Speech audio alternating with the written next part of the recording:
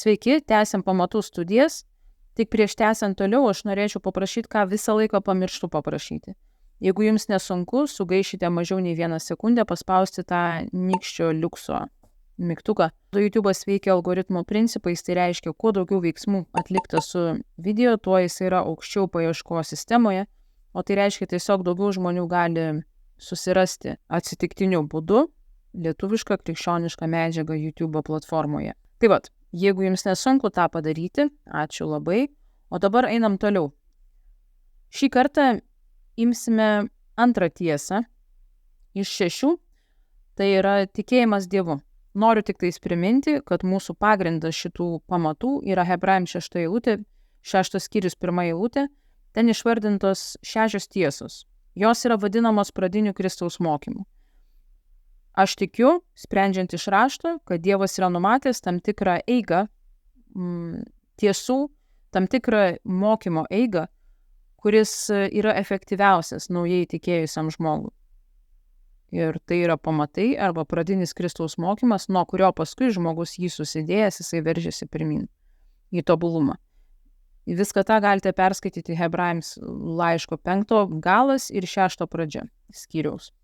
Taigi dabar antra tiesa yra tikėjimas Dievu.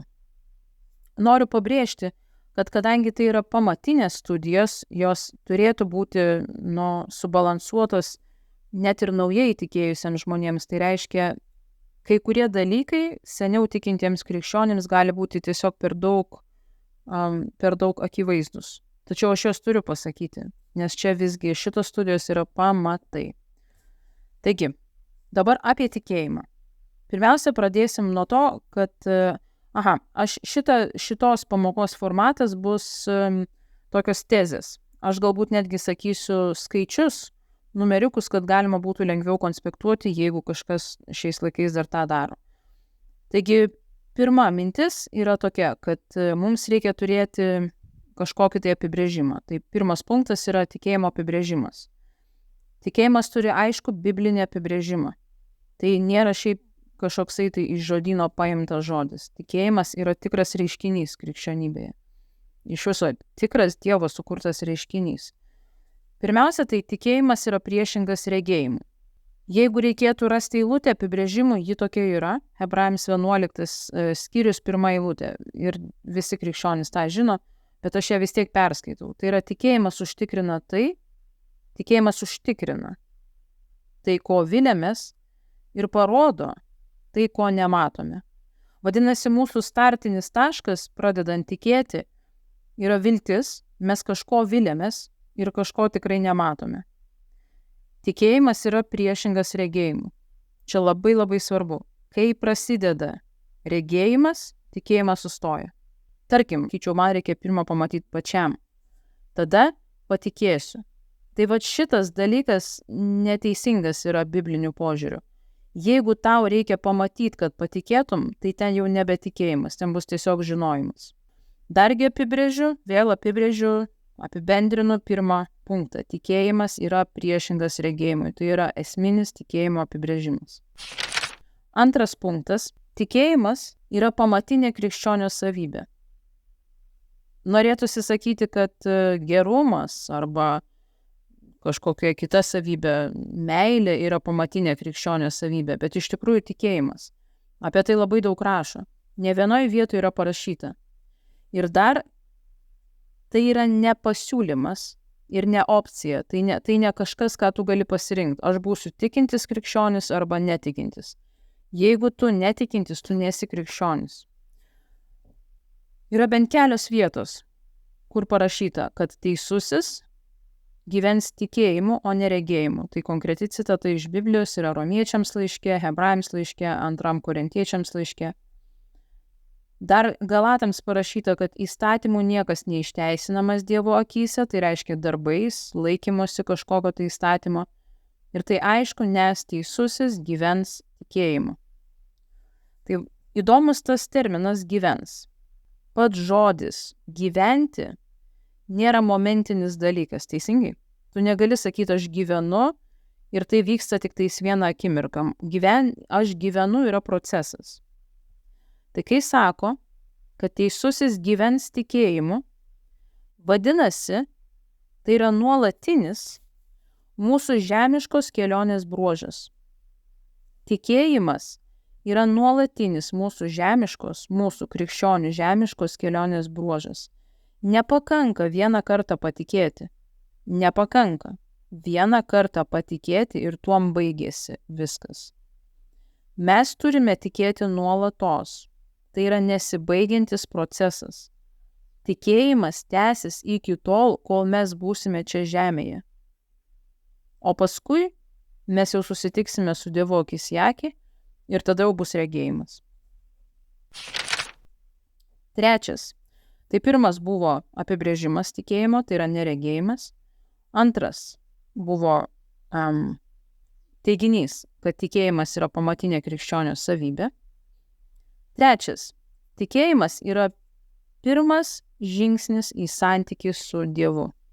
Tu negali turėti jokio santykio, jokio pokalbio, jokios maldos, net pamąstymo apie Dievą be tikėjimo. Hebrajams 11:6. Jeigu turite Bibliją, atsiverskite truputėlį tą eilutę panagrinėsime. Hebrajams 11:6. Parašyta, be tikėjimo neįmanoma patikti Dievui.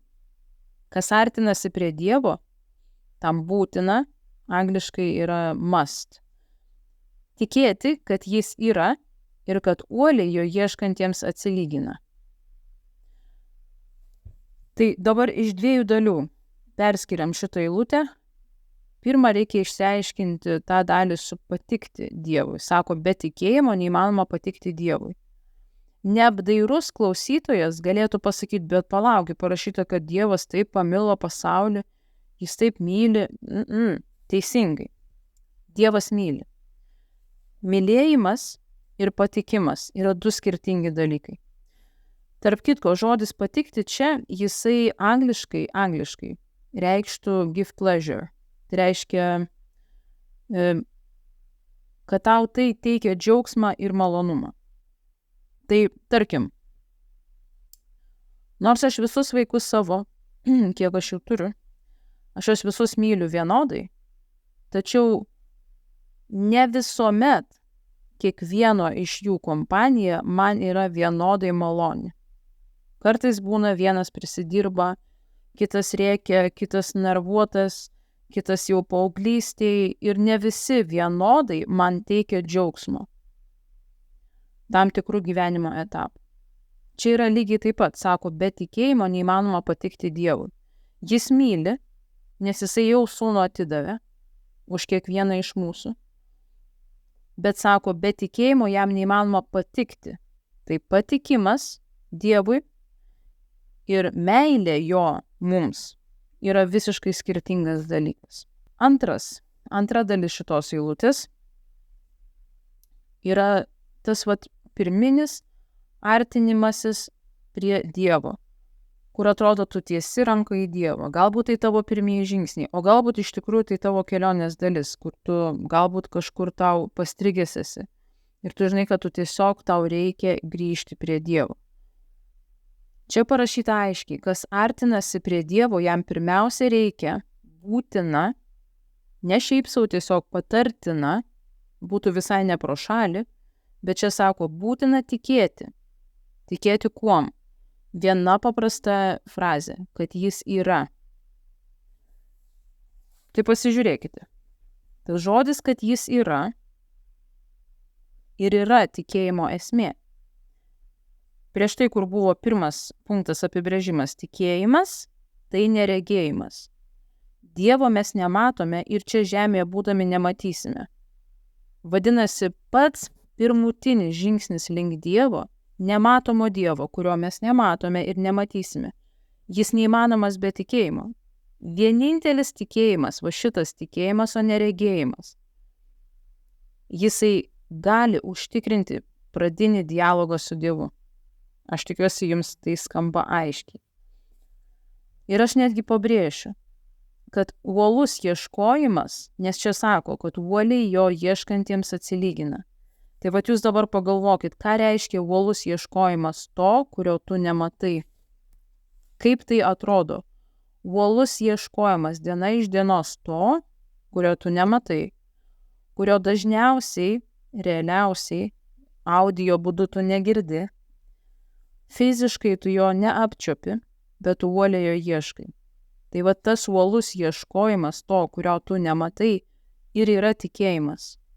Ir tegul tas ieškojimas niekada nesustoja. Tas uolus artinimasis prie Dievo, pažinimas jo, nebejojimas, kad jisai yra. Tai iš tikrųjų yra revoliucingos eilutės. Nes įsiklausykit. Tam, kad pradėti dialogą su Dievu, būtina tikėti. Aš daugybę kartų girdėjau gatvėje žmonės sako, tu man įrodyk, kai pamatysiu Dievą, tikrai patikėsiu. Tai va šičia ir sugriūna jų visas galimas santykis su Dievu. Tu, kai jau pamatytum Dievą ir norėtum juo tikėti, jau bus per vėlu. Tada jau bus žinojimas, kad tu klydai, kad jis buvo, laukė, o tu neėjai. Čia kaip su antru Jėzaus atėjimu. Kol dar jis negrįžo, tada yra metas išsigelbėti, tada yra metas tikėti. Kai jis jau pasirodys danguje, jau bus metas nebe tikėti, o bus metas gailėtis, raudoti, jeigu dar nebūsi patikėjęs. Nes tavo akis tavo pamatys ir tada sąžinė tau sakys, viskas, ką jie sakė, buvo tiesa. Bet jau bus per vėlų. Regėjimu nieks neišsigelbės. Regėjimas niekada nebuvo ir nebus išgelbėjimo pamatas. Vien tikėjimas. Ketvirta tiesa. Kadangi mes kalbam apie Kristaus pradinį mokymą, taip šitie pamatai ir yra pradinis Kristaus mokymas, tai įdomu, ar pats Kristus yra pasakęs tokį dalyką, kaip tikėjimas Dievu. Mes žinome, kad jisai sakė, atgailaukite ir tikėkite Evangeliją. O kaip su tikėjimas Dievu, tai tokia vieta yra. Tai dabar tą vietą ir atsiverskime, tai yra Morkaus 11 skyrius, istorija apie figmedį. Aš ją panagrinėsiu, būtinai, nes aš kai ką joje įžvelgiau tokio, ko anksčiau nebuvau pamačiusi. Ir labai apsidžiaugiau tą, ką radau tenai. Tai situacija tokia yra, kad Jėzus atvyko į Jeruzalę su savo mokiniais, o paskui išvyko į Betaniją. Ir pasakojama, kad rytojaus dieną, jiems keliaujant iš Betanijos, Jėzus išalko. Pamatęs iš tolo sulapojusi figmedį, jis priėjo pažiūrėti, gal ką ant jo ras. Tačiau atėjęs prie medžio, jis nerado nieko, tik tai lapus, nes dar nebuvo figų metas. Atsakydamas, Jėzus tarė medžiui, tegu per amžius niekas nebevalgys tavo vaisiaus. Ir jo mokiniai tą girdėjo. Paskui, jeigu aš atsiprašau, beje, nepasakiau, vieta čia yra nuo 12 eilutės, 11 skyrius, 12 eilutė. Tada jie ateina į Jeruzalę, Jeruzalėje įvyksta tam tikri veiksmai, bet mes dabar grįžtam prie to figmedžio, nes 19 eilutė rašo, kad atėjus vakarų Jėzus su mokiniais išėjo iš miesto. Rytą eidami pro šalį, jie pamatė, kad figmedis nudžiūvęs iš pat šaknų. Prisiminęs Petras tarė Jėzui, Rabi, žiūrėk, figmedis, kurį prakeikiai, nudžiuvo. Jėzus atsakydamas jiems tarė, pats keisčiausias atsakymas, sako, turėkite tikėjimą Dievu. Čia aš sustoju, nors paskui dar pratęsiu. Dabar pasižiūrėkime šitą istoriją tikrai normaliom akim. Visų pirma, nuo pat istorijos pradžios. Taigi, jie eina, Jėzus išalksta, jis pamato sulapojusi figmedį. Tada mes jau žinome iš sekančių sakinių, paskui būsiančių sakinių, kad dar nėra figų metas. Jėzus alkanas, bet dar nėra figų metas. Tai kam Jėzui eiti prie figmedžio, jeigu nėra figų metas? Jis ėjo tikėjimu, kad jam priėjus figų tenai turi būti, net jeigu yra ne figų metas. Jisai prieina prie to figmedžio akivaizdu, kad tikėjimas jau yra prasidėjęs. Tikėjimo veiksmas jau yra prasidėjęs. Žinote kodėl? Todėl, kad paskui 14 eilutė jisai sako atsakydamas figmedžiui, tarsi jau dialogas yra pradėtas. Čia viskas tęsiasi. Tai gerai, Jėzus pamato figmedį, nusprendžia, kad jis eis, ten bus figų, jis valgys. Tačiau atėjęs prie medžio jis nieko neranda. Tik tai lapus, nes dar nebuvo figų metas. Bet vietoj to, kad jisai sakytų, oi, juk dar ne figų metas, ką aš čia savo galvojau. Jis taip negali sakyti, teisingai. Nes jisai ėjo tikėjimu. Jeigu tu eini tikėjimu, tu turi gauti to, ko tu eini. Jisai to negavo. Vadinasi, sekantis žingsnis jo negali būti, aš apsisuku ir nueinu. Nes tada ką reikš? Arba jisai per mažai tikėjo, arba tikėjimas nesuveikė, arba čia kažkoksai liaupsusas gavosi. Ne, jisai tikėjo. Bet figmedis atsisakė paklusti. Ir tada Jėzus sako, tegul per amžius niekas nebevalgys tavo vaisiaus. Taigi jį, kaip Petras paskui pasakė, figmedį jisai prakeikė. Kai Petras sušuko Jėzui, žiūrėk, figmedis, kurį prakeikė, jisai nudžiuvo. O Jėzus sako, turėk tikėjimą Dievu. Ir aš iš tikrųjų šitoj vietoj, aš labai susimaščiau, nes aš pagalvojau, Jėzus ėjo prie figmedžio, kai dar nebuvo figų metas. Ir jisai, būdamas vietinis, gimęs ten, augęs tuose kraštuose, jisai žino, kaip atrodo figų metas, arba tiksliau jisai žino, kada prasideda figų metas ir žino, kada nėra figų metas, teisingai. Tai vadinasi, Jėzus eina prie figmedžio, kai dar net ir ten nieko neturi būti. Figmedis, todėl, kad ne figų metas, nieko ir ant savęs neturi. Jėzus jį prakeikė, figmedis nudžiūna ir tai Jėzus vadina tikėjimas Dievu.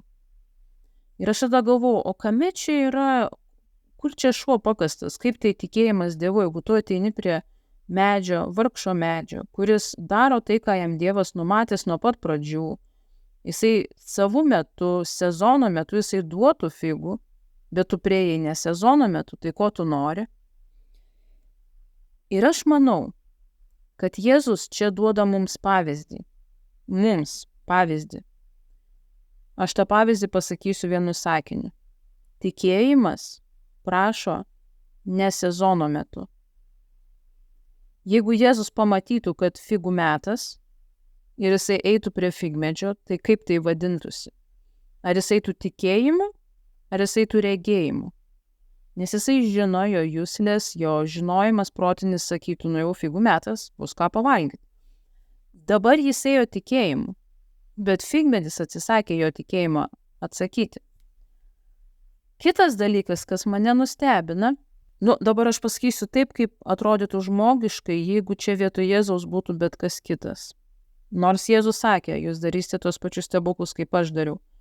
Bet įsivaizduokite dabar vietoj Jėzaus kažkas kitas ir jis taip elgėsi. Žmogiškai žiūrint, mes tą žmogų nuteistumėm. Todėl, kad jisai visų pirma prašo, tikisi, ką aš tikiu jums dažnai tenka girdėti. Jis tikisi ne savo metu, ne savoje vietoj, jisai prašo daugiau negu įmanoma. Ne sezono metu jisai nori, kad jam staiga dėl jo didenybės ant figmedžio atsirastų figų. Ir dar kai vargšas medis, kuris veikia pagal Dievo valią, iš anksto numatyta, jis veikia pagal sezonus ir dar kai jisai atsisako duoti figų, tas didenybė, išdidusis, arogantiškas, jis dar drįsta jį prakeikti. Ir kai viskas šitas užsibaigė ir iš tikrųjų figmedis lieka prakeiktas, Jėzus tai pavadina tikėjimas Dievu. Ir aš supratau, kad tikėjimas Dievu, jisai nepaiso sezonų. Ir dar koks dalykas. Labai dažnai, kai mes kažko tikimės ir kažko prašome, atsiranda netikėtojai, didelėmis burnomis, kurie ima kritikuoti ir sako arba kas tu toks, kad tai prašytumai, tu neturi teisės tikėtis, tarkim, išgydymo, prie ko čia dabar išgydymas, kaip Dievas norės, taip ir jis duos. Kokia bus Dievo valia, taip jis ir padarys. Jeigu Dievas suverenus, vadinasi jisai suverenus, ir čia nuo jo valios viskas priklauso. Tu negali dabar prašyti, nežinodamas, kokia Dievo valia. Tai šitoj vietoj aš nustebinsiu. Todėl, kad Jėzus prašė arba tikėjosi iš figmedžio gauti figų prieš Dievo valią. Ar neteisingai? Kas nustatė sezonus figmedžiui? Kas nustatė sezoną, kada figmedis turi duoti figų? Dievas. Tai vadinasi Jėzus, eidamas, tikėdamasis gauti figų, tuo metu, kai jų neturi būti, jis iš tikrųjų techniškai jis eina prieš Dievo valią, teisingai. Bet juk tikėjimas yra aukščiau už Dievo nustatytus principus. Ir tarp kitko, Dievui tas patinka. Todėl, kad parašyta, kad be tikėjimo neįmanoma patikti Dievui. Tenai parašyta, without faith it is impossible to please God. Tai reiškia, tikėjimas jam teikia džiaugsmą ir malonumą. Dievui teikia džiaugsmą ir malonumą.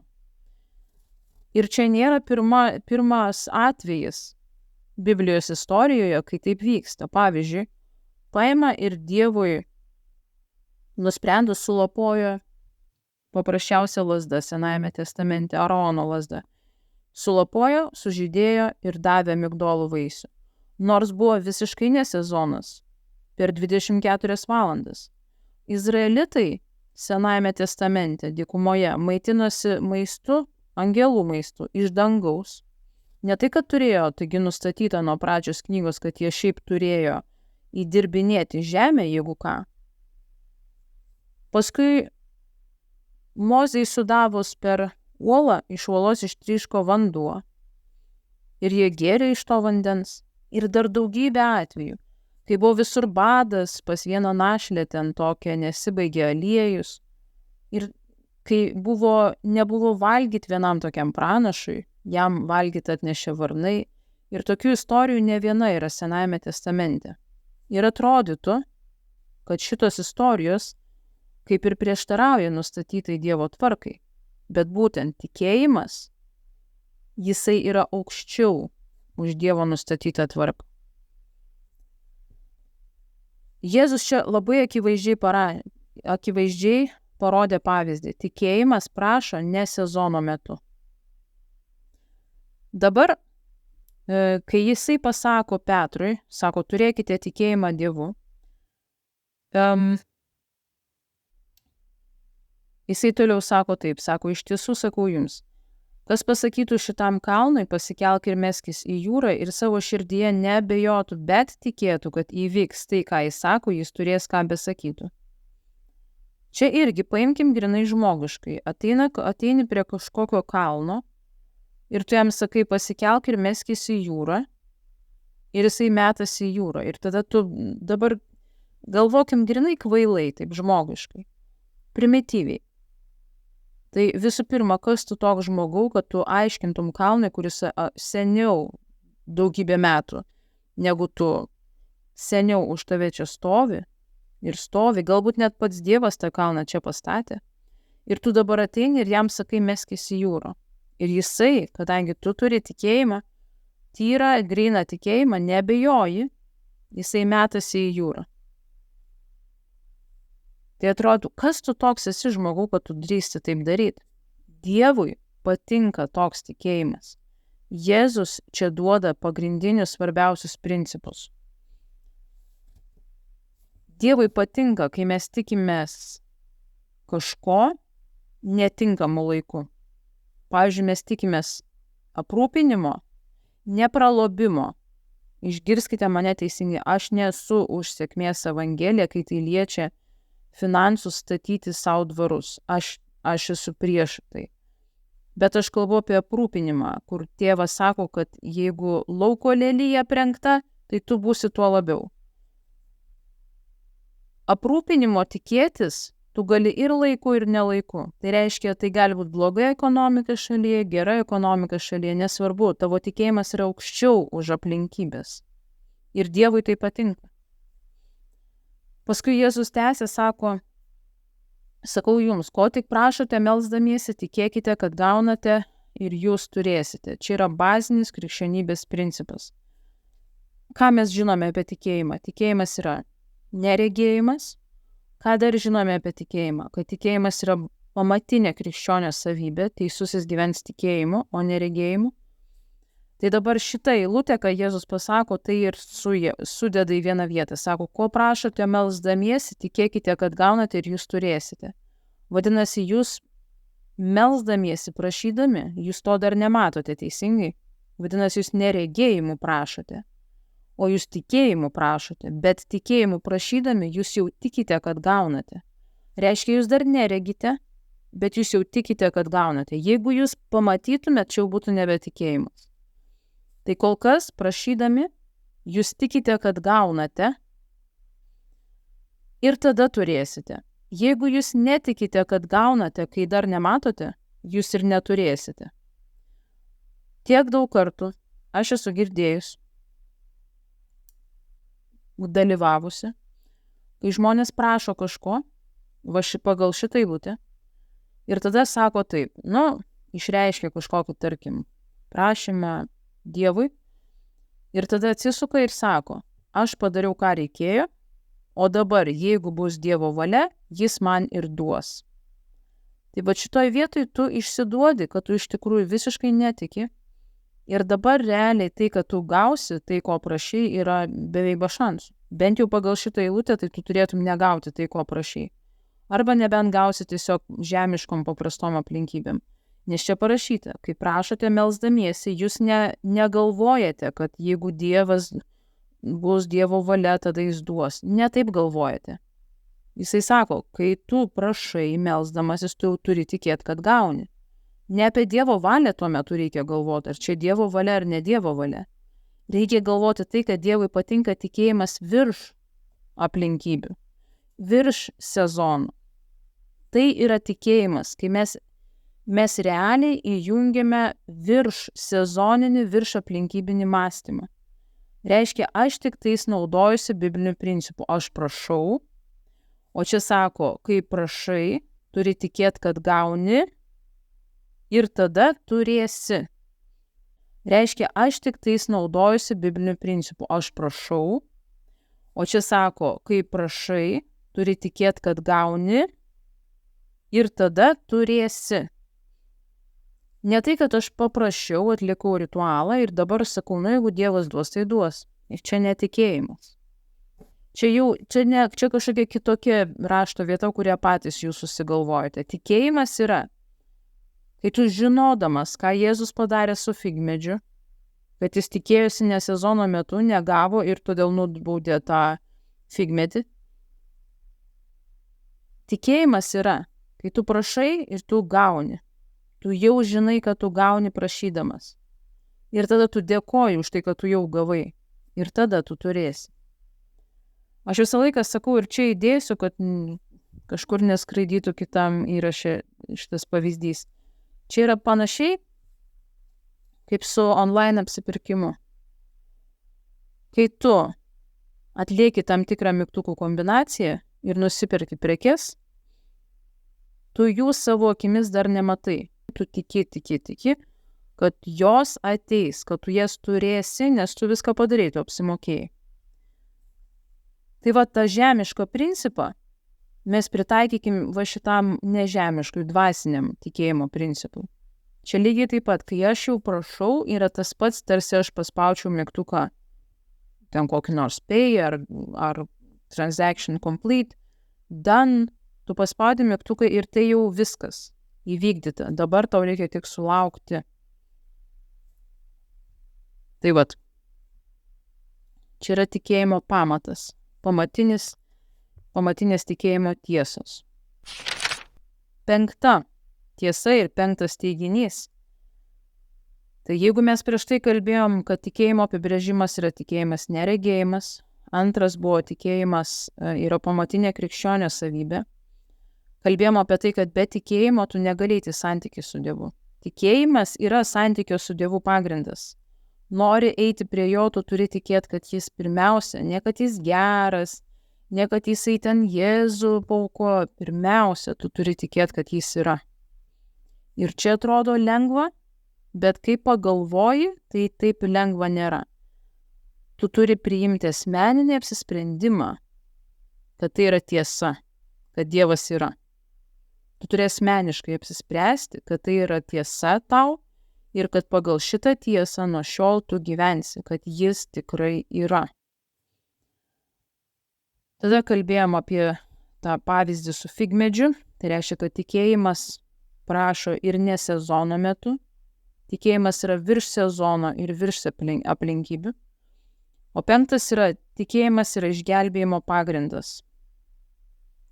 Jono 3, ne 16, o 18, nes 3:16 visi žino, kad Dievas taip pamilo pasaulį, kad atidavė savo viengimį sūnų ir visi, kas jį tiki, bus nepražus, o turės amžinai gyvenimą, bet 6:18 eilutė štai kas parašyta. Kas jį, tai tas sūnus, tiki, tas neteisiamas. O kas netiki, jau yra pasmerktas už tai, kad netiki viengimio Dievo sūnaus vardo. Įsiklausykite į šitą eilutę labai įdėmiai. Jeigu jūs tikite, jūs neteisiamas. Tikite ne šiaip, tikite skraidančiais poniais, jeigu jūs juo tikite.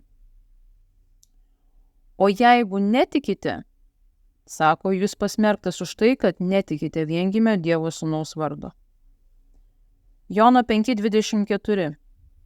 Pats Jėzus sako, kas mano žodžių klauso ir mane atsiuntusi tiki, tas turi amžiną gyvenimą.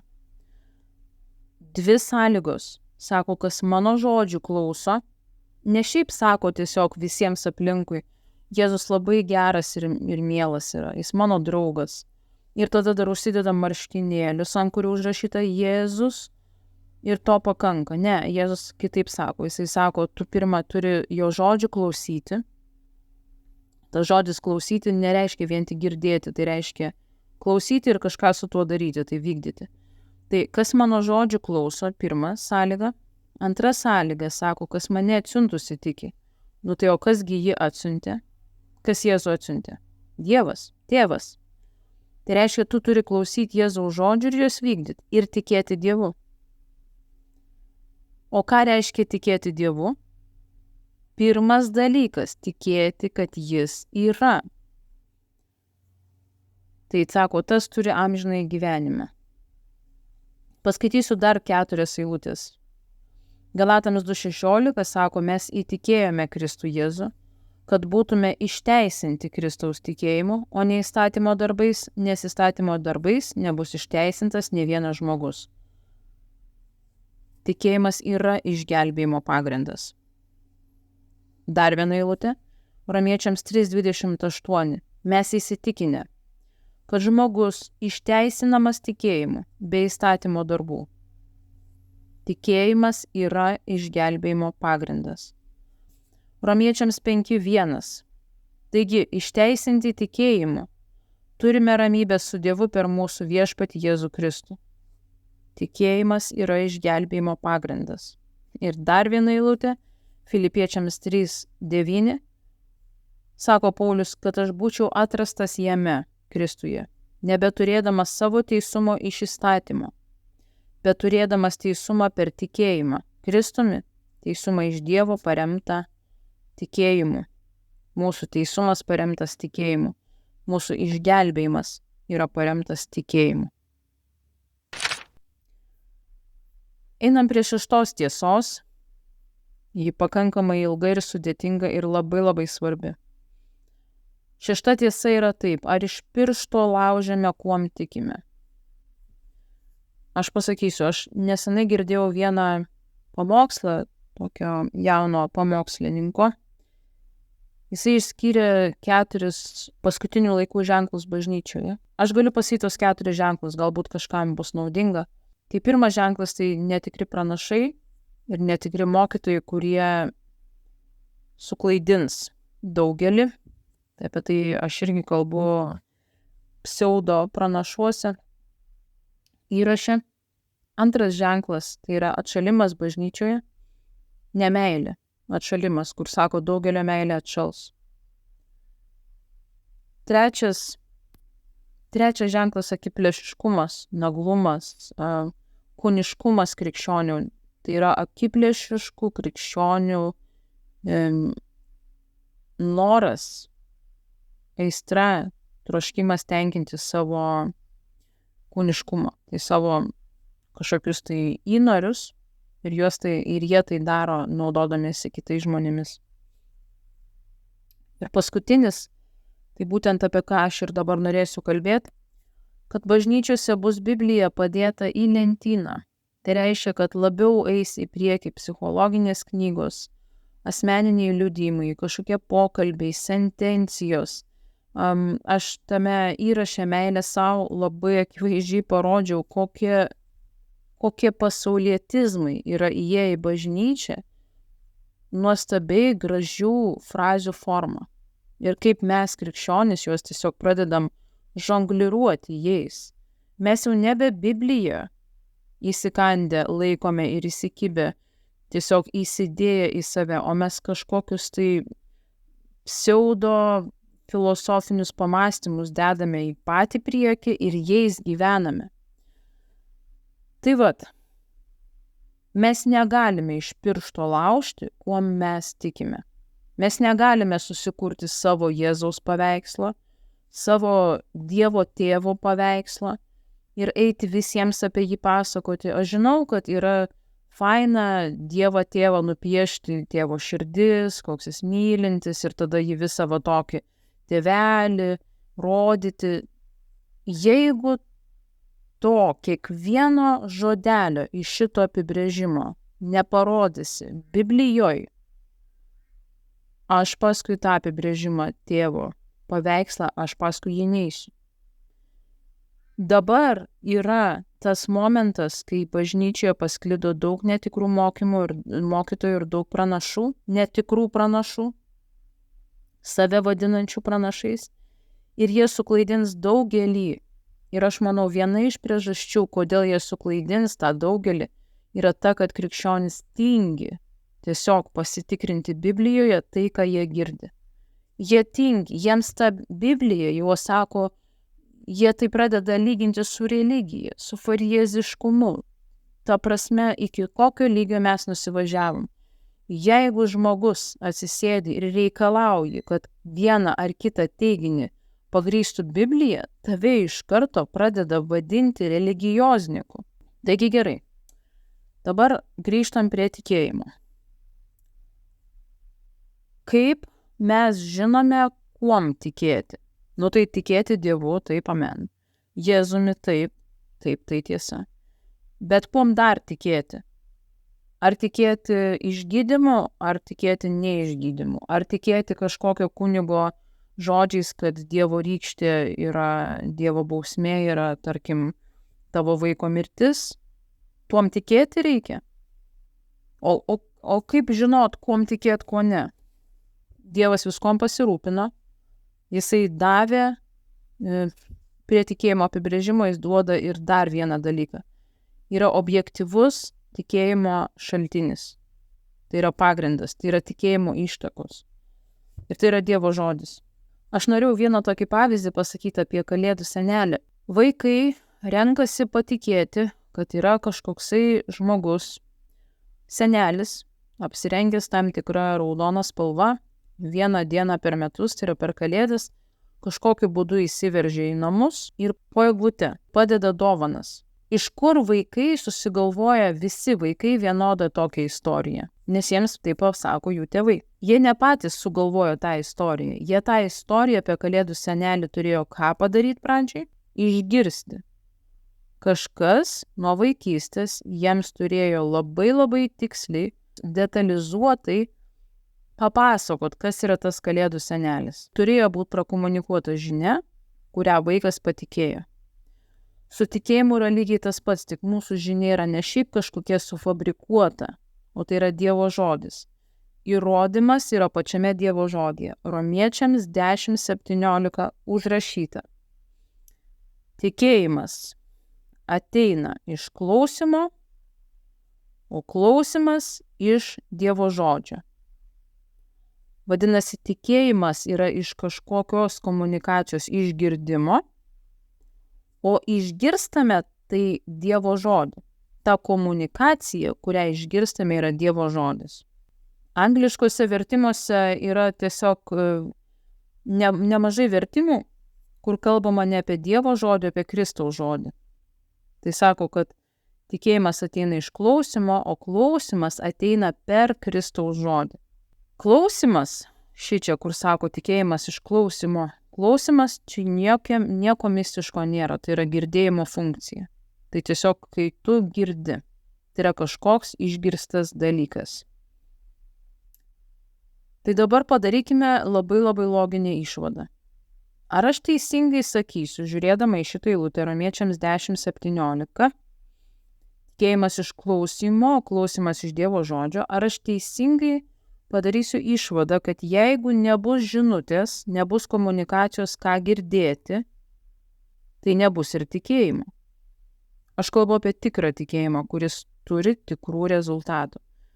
Tikėjimas Kalėdų seneliu, jo pagrindas yra melas, fabrikacija. Dėl to jisai neturi jokio rezultato, tas tikėjimas. Tikėjimas, kurio šaknis yra tikroji tiesa, toks tikėjimas turi rezultatą. Tai jeigu nebus žinutės, kuom tikėti, ką girdėti, nebus tikėjimo. Vadinasi, tikėjimui yra būtina žinia. Teisingai? Tam, kad atsirastų tikėjimas, kažkas turi kažką pasakyti. Paulius tą patvirtina. Romiečiams 10, grįžtam keliom eilutėm atgal, ten buvo 17, čia bus 14, parašyta, kaip žmonės šauksis to, kurio neįtikėjo. Tai čia atsimenu, kur jisai sako, kur sako laiške, kad artinantis prie Dievo būtina tikėti, kad jis yra. Tai dabar kaip tu artinsis prie to, kuriuom neįtikėjai? Va čia taip galima būtų sakyti. Toliau sako eilutė Romiečiams 10:14, tai o kaip jie įtikės tą, apie kurį negirdėjo? Tai jeigu tu nebūsi girdėjęs apie Dievą, kaip tu tikėt galėsi? Ir dar pratęsė jisai mintį, sako, o kaip jie išgirs be skelbiančiojo? Vadinasi, tikėjimas perduodamas, iš lūpų į lūpas. Jeigu nebus skelbiančiojo, tai nebus ir tikėjimo. Jeigu nebus skelbiamos žinios, nebus tikėjimo. Ir kaip skelbs, jei nėra pasiųsti? Kaip parašyta, kokios dailios kojos tų, kurie skelbia ramybės evangeliją, kurie neša geras žinias. Ta žodis skelbė, skelbiantysis yra kerizo graikiškai. Jis reiškia pamokslauti, skelbti, čia netgi susijęs su tuo žmogum, kuris ateina ir trimituodamas, išsilanksto tokį didelį popierių ir jisai garsiai perskaito karaliaus žinią. Herald angliškai yra. Tai čia yra kažkoksai tai messengeris, skelbėjas, kuris ateina ir paskelbia. Aš noriu davesti prie vieno momento, nes pasakysiu iš tikrųjų, mes esame linkę išsisukti nuo sunkaus darbo. Ir mes esame linkę prisidengti labai gražiom frazėm, kad tik nereikėtų tam tikrų dalykų daryti. Tai aš noriu prieiti prie tos minties, dėl to labai kantriai mane toliau klausykite. Jėzus sako apie savo tarnystę. Mes dar vis esame ant tos pačios minties, kad tikėjimas yra iš klausimo, klausimas iš Dievo žodžio, vadinasi, kažkas turi kažką kalbėti, kažkas turi perskaityti, turi būti konkreti žinia, ne šiaip abstraktus kažkas, o konkreti žinia, kad atsirastų pas kažkokį žmogų tikėjimas. Kodėl aš taip tą sureikšminu? Žiūrėkit, ką Jėzus pasakė. Luko 4 skyriuje, 42 eilutėje labai rekomenduoju tas 2 eilutės perskaityt. Jėzus sako, tiksliau sako Lukas, dienai išaušus, Jėzus, tai jis išėjęs pasitraukė į negyvenamą vietą, čia jis iš Kafarnaumo pasitraukė, nes ten labai daug išgydymų buvo. Minės jo ieškojo ir atėjusios pas jį bandė sulaikyti, kad jis jų nepaliktų. Jis jiems tarė, ir kitiems miestams turiu skelbti gerąją naujieną apie Dievo karalystę. Skelbti, tas žodis keriza, turiu skelbti gerąją naujieną apie Dievo karalystę, nes tam esu siųstas. Kodėl Jėzus taip sureikšmina Evangelijos skelbimą? Ir netgi sako, kad jis tam yra siųstas. Ne kad būti geru, ne tam, kad gydyti, ne tam, kad išlaisvinti. Jo, sako, jis siųstas tam, kad skelbtų gerąją naujieną. Paskui, gerai, jisai atsiųstas tam, kad skelbtų gerą naujieną. Tas dvasinis principas, kad turi būti skelbėjas, turi būti skelbiama žinia, turi būti klausytojas, kuriam iš tos žinios ateina tikėjimas, jis yra be galo svarbus. 7 punktas – gimimas iš sėklos. Tai, ką aš čia kalbu apie skelbimą, apie kalbėjimą, apie Dievo žodį, čia neužsiciklinimas, čia ne religija. Čia iš tikrųjų pamatinis dvasinis principas krikščionybėje, šitam visam Dievo sukurtame paveiksle.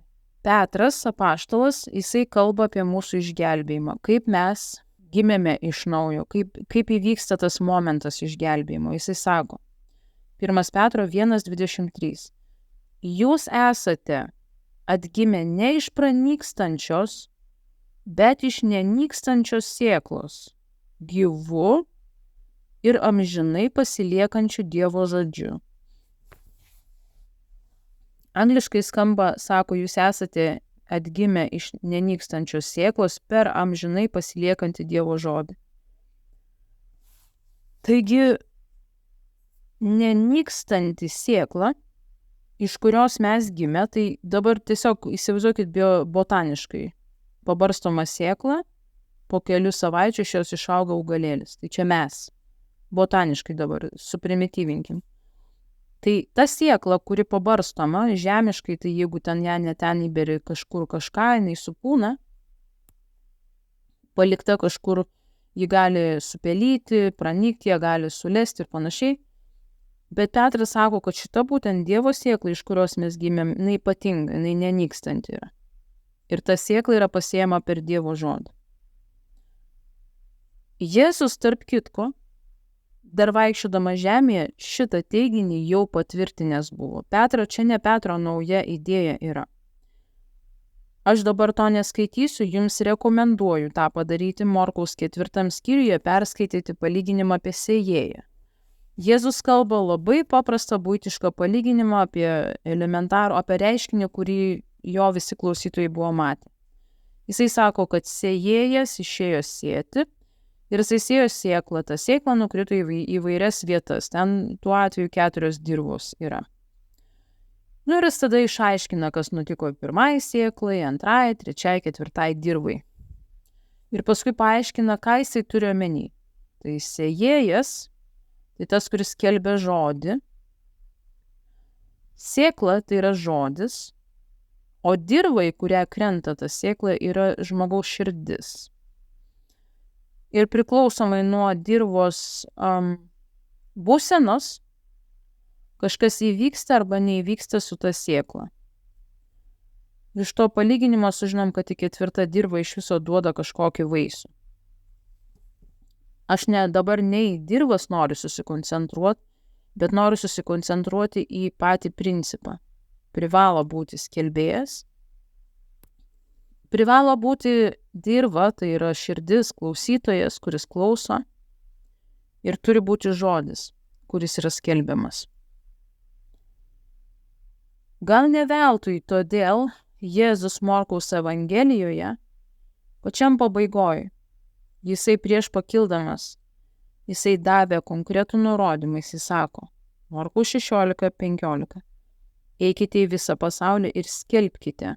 Tas pats žodis kerizo. Skelbti reiškia savo balsu, savo padargais kalbos Evangeliją visai kūrinijai. Dabar pasakysiu nepaprastai, bet gal ir paprastai.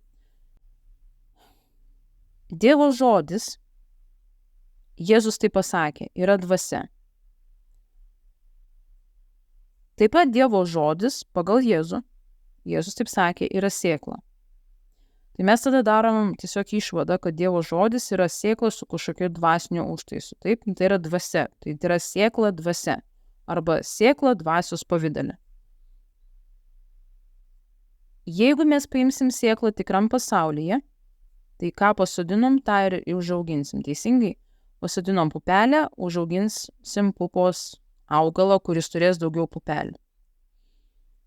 Dvasioje yra analogiška situacija. Jeigu pasėta yra dvasinė sėkla, iš jos išaugs toks pats atitinkamas dvasinis darinys, kuris atitinka tą, kas buvo pasėta. Jūs tikriausiai žino, tie, kas seniau tikinti žino, kas tik ką įtikėjo, tai dabar aš jums pasakysiu. Krikščionys yra vadinami Dievo vaikai. Ir tik ką aš sakiau, kad Petras sako, jūs esat gimę iš nenykstančios sėklos, tai yra per Dievo žodį. Jėzus kitur sako 1 Jono, tai yra Jono 1 skyriui, jisai sako, kad mes esame Dievo vaikai, gimę ne iš žmogaus norų, o iš Dievo norų. Kažkas tokio ten 1:12 ar 13 eilutė. Tai reiškia, jeigu mes esam Dievo vaikai, vadinasi, mes gimėm iš sėklos, o kaip susiję yra vaikai su savo tėvais? DNR. Taigi, mes esam Dievo vaikai iš jo sėklos, tai Dievo žodžio sėklos gimė, tai čia aš nekalbu apie kūną ir sielą, aš kalbu apie dvasią.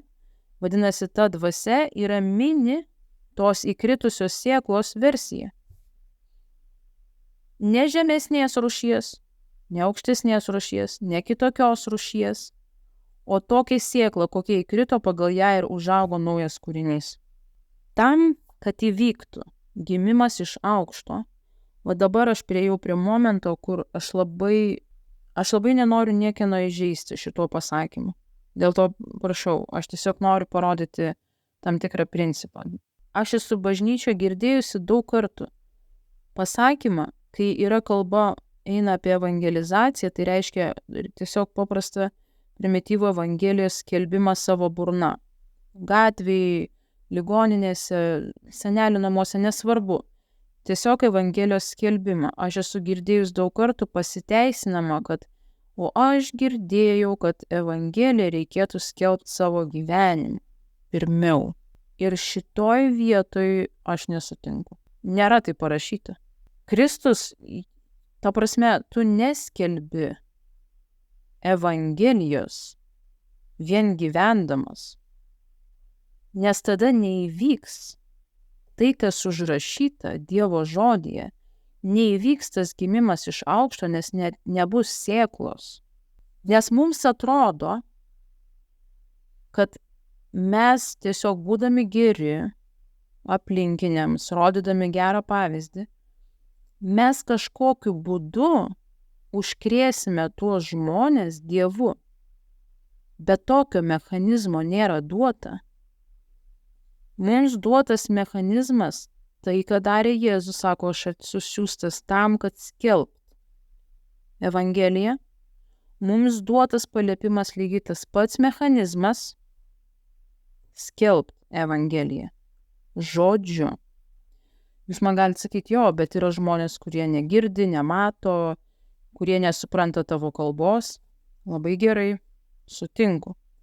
Aš tikiu, kad skelbimas yra dvasinis reiškinys. Evangelija yra, Dievo žodis yra dvasia, tai ir Evangelija yra dvasia. Žodis, į kurį tu įvilki tai ką tu skelbi savo burna. Jis yra transporto priemonė tai dvasiai. Jeigu prieš tave esantis žmogus, tarkim, ar negirdi, ar nespranta tavo kalbos, gal tu dar nemoki, tau neišeina kalbėti kitomis kalbomis, jo suprantama kalba.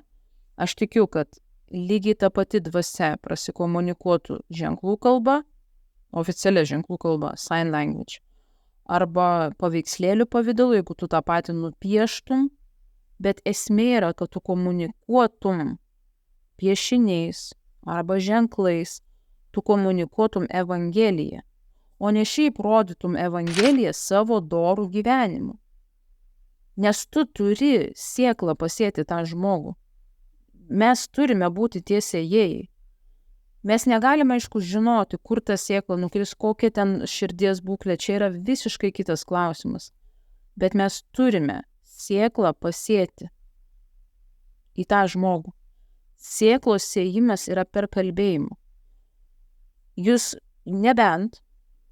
surasite vietą Biblijoje, kur yra parašyta, kad mūsų geras elgesys užkrės kitą žmogų ir tada tas žmogus patikės Dievu, Jėzumi Kristumi, jis tiesiog antgamtiškai supras šitą tiesą apie Evangeliją, antgamtiškai jam ateis tas suvokimas, kad Kristus sutaikė su Dievu, kad jis buvo nuo pat gimimo, Adomo ir Ievos prigimtis, jisai viską tą antgamtiškai supras, vien pamatęs, kokie mes faini ir kaip mes gražiai gyvenam. Taip nebus, turi būti skelbėjas. Dėl to ir parašyta Romiečiams laiške, kaip jie patikės be skelbėjo. Aš manau, kad mes esame tais jau paskutiniais laikais, kai mes turime labai konkretus pasidaryti, nebeišplaukti ir neprisigalvoti krikščionybei pagal savo, tiesiog pagal savo norus. Labai norėtųsi tikėti, kad pakanka tik tais būti geriems, doriems ir viskas. Ir žmonės tiesiog patys susigaudys toje Evangelijoje. Bet neduoda tokio varianto Jėzus. Jisai davė konkretų paliepimą, eikit skelbkite. Ir jis nepasakė, kad tie, kurių nėra pašaukimas skelbti, tai jūs neskelbkite. Jis taip nepasakė. Nes daugelis žmonių, kadangi akivaizdu skelbti Evangeliją, pirmoji žmonių baimė yra viešo kalbėjimo baimė, neatsitiktinai. Eiti, skelbti kažkam Evangeliją žmonėms tikrai atrodo baisus dalykas. Man pačiai kažkada baisus dalykas atrodo. Tai big deal, reikia tiesiog tada rasti būdus, kaip tą daryti. Jeigu ne gatvėj, tada 1-ant-1, draugams, pasikvies pas save svečius žmonės, kažkur eiti, galbūt tiesiog, aš nežinau, įvairiausių būdų yra, rašyti, kalbėti kitokiais būdais. Bet esmė yra tokia, kad negalvoti, kad pakaks tik tais būti doru krikščioniu ir tiesiog fainu ir gražiai gyventi ir čia bus mano Evangelijos skelbimas. Tai netiesa. Tai tiek apie tikėjimą kol kas. Yra dar kiti tikėjimo elementai. Galbūt aš vieną dabar greit apžvelgsiu. Tai arba sustabdykite ir klausykite kitą dieną, arba tęskite dabar. Tai bus 8. Kalbama yra apie matymą savęs Dievo žodžio prizmėje. Tai dabar paimkime prielaidą, kad jūs, tas, kas klausote pamatų, nes galbūt įtikėję nesenai esate ir jums reikia susidėti pamatus į save. Tai mes jau supratom, kad tikėjimas yra neregėjimas. Ir dabar jūs stovite, jums visi sako, kas jums pristatė Evangeliją, jums turėjo pasakyti, kad dabar tavo gyvenimas bus naujas, kitoks nei buvo iki šiol. Ir tai tiesa, todėl kad atsiranda naujas veiksnys. Pirmiausia, įvyko tikras realus reiškinys, tai tu gimei iš naujo, gimei iš aukšto, tai tai, ką aš prieš tai kalbėjau apie sėklą, jeigu kažkas tau paskelbė Evangeliją, tu ją išgirdai, patikėjai, priėmei, kad tai yra tiesa, tavyje ta sėkla pagimdė naują kūrinį, naują žmogų, tu Dievo vaikas. Dabar, būdamas Dievo vaiku, turėdamas naują prigimtį, mes galime, ir tu gali, ir daugelis krikščionių ir patenka į tokius spąstus, kur turėdami naują prigimtį, kuri niekaip nėra pamatoma, nes ji yra visgi ne tai, ką tu apčiupinėji, tai ne kūnas, ne siela, ne tavo charakteris, Tai yra visiškai naujas dalykas. To, kurio tu nematai ir negali pamatyti. Šita nauja prigimtis turi imti viršų. Jinai yra pirmoji vietoj tavo gyvenime. Šita tavo nauja prigimtis, va tas tikintysis, naujas kūrinys, Dievo vaikas. Jeigu kūną tu gali pamatyti veidrodyje, įvertinti, jeigu sielą, tai savo charakterį, tu gali įvertinti įvairiausiais psichologiniais testais, tai va to naujo kūrinio, to Dievo vaiko, kaip jis atrodo tavyje, tas gimęs iš aukšto. Apart Dievo žodžio, tu nežinai, kaip jisai atrodo. Vienintelis įrankis jį įvertinti yra Dievo žodis. Vienintelė vieta, kur tu sužinosi, kas tu iš tikrųjų esi, Kristuje, yra Dievo žodis. Jokūbas, apaštalas, jisai parašė laišką, yra laiškas Jokūbo. Jisai Dievo žodį palygina su veidrodžiu, tarsi veidrodis. Ir dabar žiūrėkit, ką jisai sako, Jokūbo 1:22. Sako, būkite žodžio vykdytojai, o ne vien klausytojai, apgaudinėjantys patys save. Jei kas tėra žodžio klausytojas, o ne vykdytojas, tai jis panašus į žmogų, kuris žiūri į savo gimtąjį veidą veidrodyje. Pasižiūrėjo į save ir nuėjo ir pamiršo, koks buvo. Bet kas įsižiūri į tobuląjį laisvės įstatymą ir jo laikosi, tas tampa nebe klausytojas užuomarša, bet darbo vykdytojas, tas bus palaimintas tai darydamas. Čia yra visa krikščionio kelionės esmė. Pačiai pradžiai sakiau, kad krikščionio bruožas pagrindinis yra gyvenimas tikėjimu. Ne vienkartinis patikėjimas, o gyvenimas tikėjimu. Tai gyvens tikėjimu, o ne regėjimu. Kai tu skaitai Dievo žodį, sužinai apie save, kad, aš toks esu Kristuje, ir tu pradedi elgtis taip, kaip ten užrašyta, tu atnaujini savo protą tuo, kas ten užrašyta, tai yra tarsi tu žiūri į savo veidrodį, į gimtąjį veidą, veidrodį ir tu nepamiršti, tu matai save ir tu galvoji, geras, aš va toks va esu. Jeigu tu tik perskaitai, kas užrašyta, bet tu tai ir palieki perskaitęs, tai yra tarsi tu žiūri veidrodį, nueini ir tu pamiršai, koks tu esi, ir tau vėl reikia pažiūrėti veidrodį, ir vėl reikia pažiūrėti, bet jeigu tu nesielgsi taip, kaip užrašyta Dievo žodė, kaip elgtis turi naujas kūrinys, tu visą laiką pamirši, koks tu esi Kristuje. Ir tai yra daug daugiau negu vien tik tais nemeluok, nežudyk, būk geras, aukok aukas. Tai daug daugiau. Ten daug daugiau parašyta. Parašyta apie antgamtinę prigimtį. Parašyta apie statusą naujojo kūrinio. Parašyta apie jo santykį su Dievu. Parašyta apie tai, ką mes dabar gavome, ką turime. Ta reikia skaityti Dievo žodį Naujajame testamente. Aš dabar pasakysiu labai konkretų pavyzdį iš vienos grupės žmonių. Yra pasaulyje toks organizacija anoniminiai alkoholikai ir taip pat yra suaugę alkoholikų vaikai, vadinasi Savas. Tie suaugę alkoholikų vaikai, čia nekalbam apie tikėjimą, čia kalbam apie realią organizaciją žmonių. Juos visus jungia panašios savybės, kurios, pasak jų, išsivysto žmonėse, kurie auga priklausomoje aplinkoje, jeigu jų tėvai yra alkoholikai. Aš paskaitysiu keletą iš jų, ne visas, nes jos tikrai rasite internete, Sav, bus ten koks nors sąrašas, bet tarkim, Sav gerai nežino, kas yra normalu. Antras, Sav sunku atlikti kokį nors darbą nuo pradžios iki galo. Trečias, Sav meluoja netgi tada, kai būtų paprasčiau pasakyti tiesą. Ketvirtas, suaugęs alkoholiko vaikas sau yra negailestingas. Na ir taip toliau ir panašiai. Tai dabar, jeigu tu netikintis esi žmogus, tai reiškia, tu dar neatėjai į tą naują kūrinio poziciją, tu netiki, tau Dievas dar vis yra negirdėtas dalykas. Šitas sąrašas, jisai tau, galioja. Jeigu tu augai Didelė tikimybė, jeigu tu augai su alkoholikais tėvais ar vienu iš tėvų, didelė tikimybė, kad tu save atpažinsi šitame sąraše. Tada įvyksta momentas įtikėjimo. Tu gimsti iš aukšto. Tai reiškia, kad tavyje dabar yra trečia dalis tavo. Tai va tas naujas kūrinys, Dievo vaikas, tai kas gimė iš tos nepranykstančios Dievo žodžio sėklos. Tu gimsti iš naujo, tu turi naują prigimtį.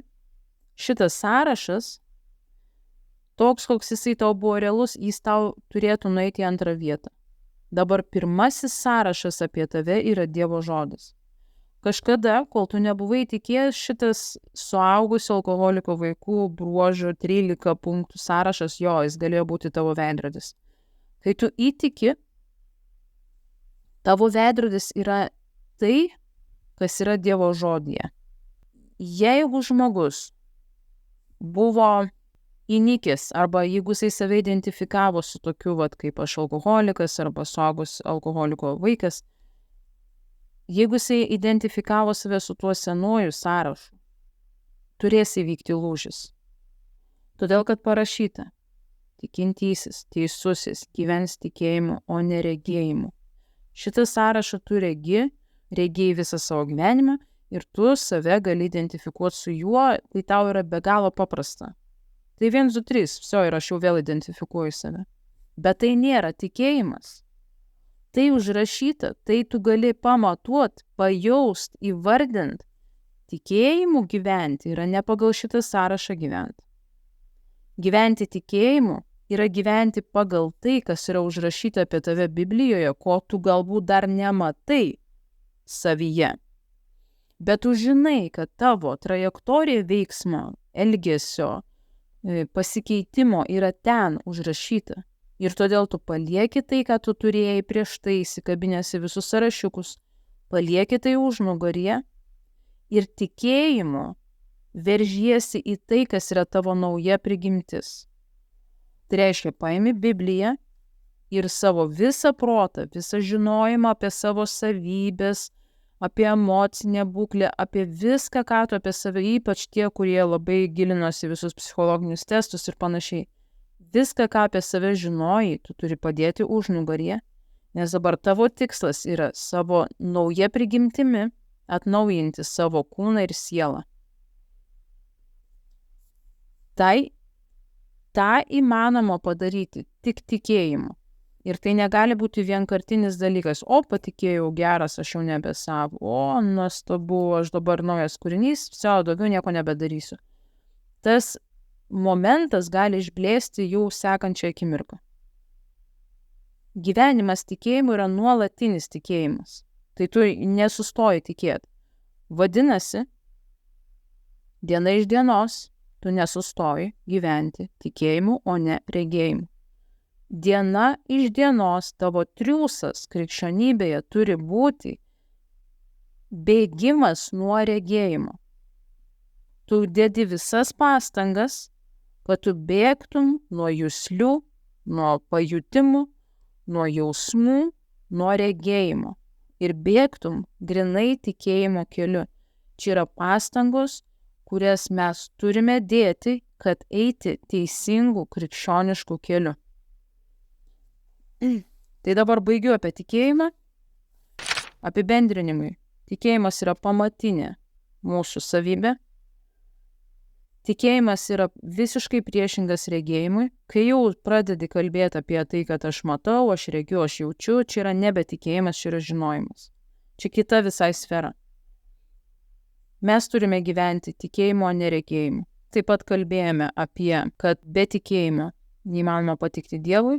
Be tikėjimo tu net negali prie jo artintis, tu turi juo tikėti.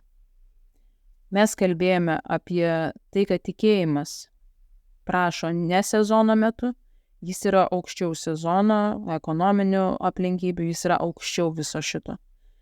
Žmonių nuomonės, aukščiau žmonių nuomonės, tradicijų, socialinių normų. Taip, tikėjimas yra virš visko šito. Taip pat kalbėjome, kad tikėjimas yra išgelbėjimo pagrindas. Tu turi tą suvokti, įsidėti galvą ir tu turi tą aiškinti savo artimam žmogui, kuris dar vis galbūt yra tik tais ant slenksčio.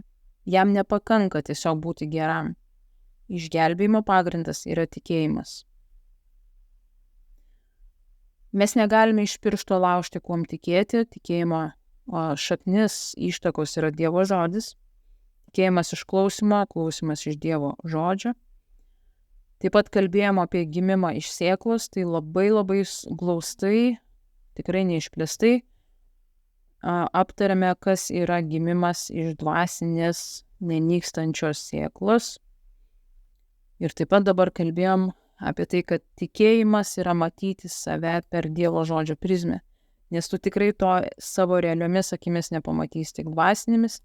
Ir tai yra tavo tikslas, į ten veržiesi viską, ką iki šiol regėjai, visus testukus, sąrašiukus, horoskopus, apibūdinimus apie tavo asmenybę palieki užnugaryje, tai tau nebegalioja ir veržiesi tikslą aukštybėse. Aš tikrai nuoširdžiai meldžiu Dievo, kad šita tema jį sukristų teisingai, kad jūs nelaikytumėt pykčio ant manęs, kad jinai buvo tokia ilga, kad jūs ją išklausytumėte visą, jeigu reikia iš naujo per kelis kartus. Būkite visi pilnai palaiminti. Jėzaus Kristaus vardu. Iki greito.